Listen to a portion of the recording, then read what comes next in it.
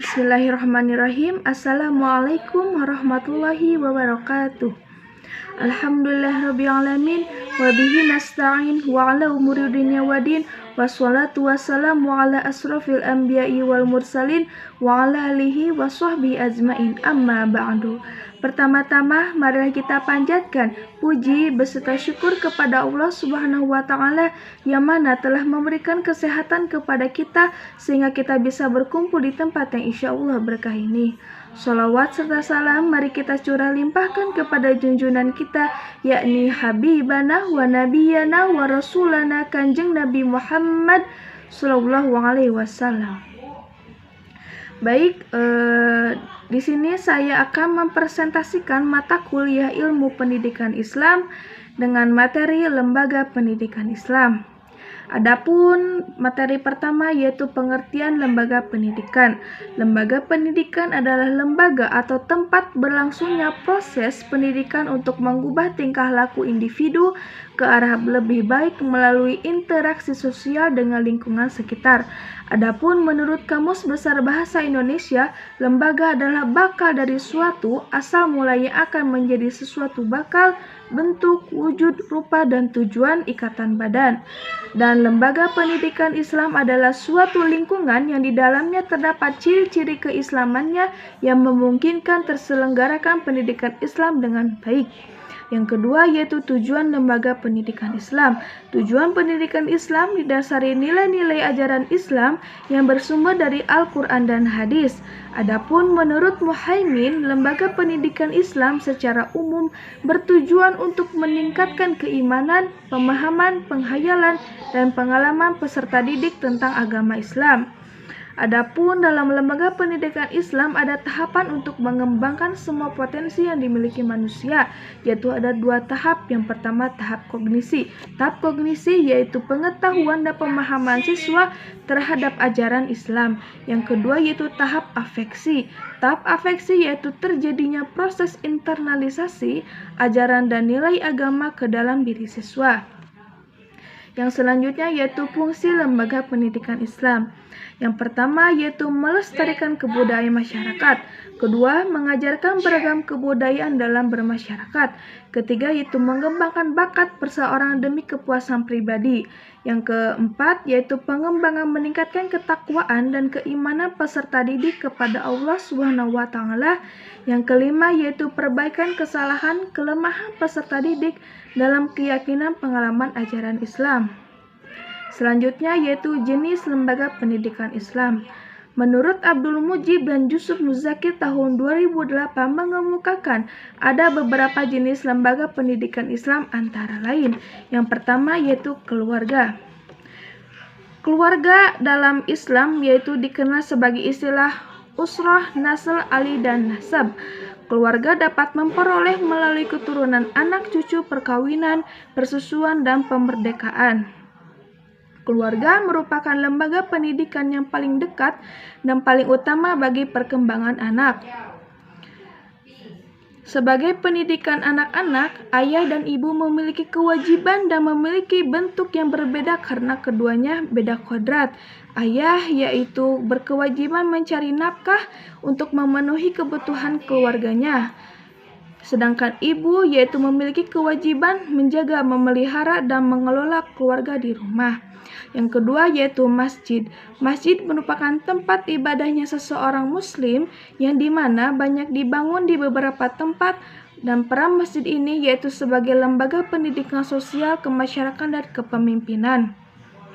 Secara harfiah, masjid adalah tempat untuk bersujud. Namun dalam arti terminologi, masjid diartikan sebagai tempat khusus untuk melakukan aktivitas ibadah dalam arti luas. Melalui lembaga masjid, kaum muslimin terdahulu mampu memberikan dampak edukatif bagi perkembangan dan pertumbuhan jiwa anak didik. Yang ketiga yaitu pondok pesantren, yaitu suatu lembaga pendidikan dan pengajaran agama Islam yang pada umumnya pendidikan dan pengajaran diberikan dengan cara non-klasikal, di mana seorang kiai atau ustadz ustazah yang mengajar santri dan mempelajari banyak kitab dan cara penulisan logatannya.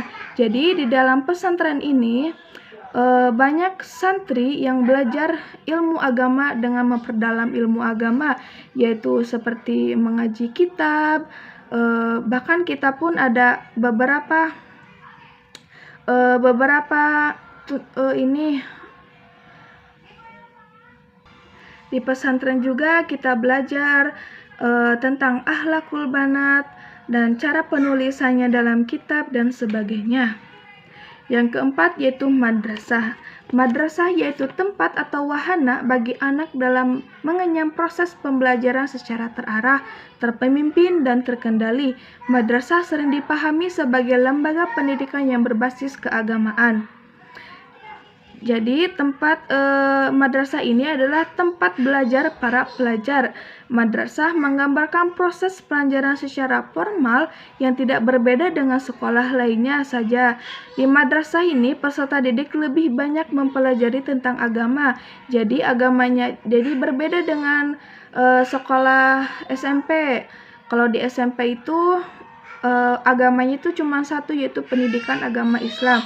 Sedangkan di madrasah agamanya itu banyak seperti Al-Quran, hadis, akidah akhlak, fikih, dan sebagainya. Yang kelima yaitu Majelis Ta'lim. Majelis Ta'lim yaitu lembaga organisasi sebagai wadah pengajian, dan kata majlis dalam kalangan ulama adalah lembaga masyarakat non-pemerintah yang terdiri dari atas para ulama Islam. Adapun dari arti ta'lim adalah pengajaran. Jadi apabila digabungkan, Majelis Ta'lim adalah lembaga pendidikan non-formal Islam yang memiliki kurikulum sendiri atau aturan sendiri. Dengan adanya Majelis Ta'lim ini bertujuan untuk membina dan mengembangkan hubungan yang santun dan serasi antara manusia dan Allah Subhanahu wa Ta'ala, manusia dan sesamanya, manusia dan lingkungan. Di sini banyak beberapa tempat yang mengadakan majelis ta'lim mingguan, majelis ta'lim harian, dan sebagainya.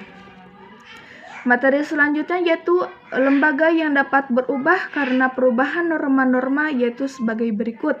Yang pertama, ijtihad, yaitu lembaga berfikir. Kedua, fikih, lembaga putusan tentang hukum yang dilakukan dengan metode ijtihad. Yang ketiga, akhlak, yaitu lembaga nilai-nilai tingkah laku perbuatan. Yang keempat, lembaga pergaulan masyarakat. Yang kelima, lembaga ekonomi. Keenam, lembaga politik. 7, lembaga pengetahuan teknik. Dan yang terakhir, lembaga seni. Mungkin dalam materi tersebut kita dapat menyimpulkan bahwa materi atau pernyataan di atas bahwa ilmu pendidikan Islam itu adalah salah satu sistem yang memungkinkan berlangsungnya pendidikan secara berkesinambungan dalam rangka mencapai tujuan pendidikan. Lembaga pendidikan merupakan hal yang sangat penting dalam mencapai keberhasilan proses dan tujuan pendidikan. Menurut Abdul Mujib dan Yusuf Muzakir tahun 2008 mengemukakan bahwa jenis lembaga pendidikan Islam itu mencakup keluarga, masjid, pondok pesantren, madrasah, dan masjid taklim. Mungkin dicukupkan sekian presentasi dari saya. Mohon maaf bila ada kesalahan karena saya masih tahap pembelajaran. Wassalamualaikum warahmatullahi wabarakatuh.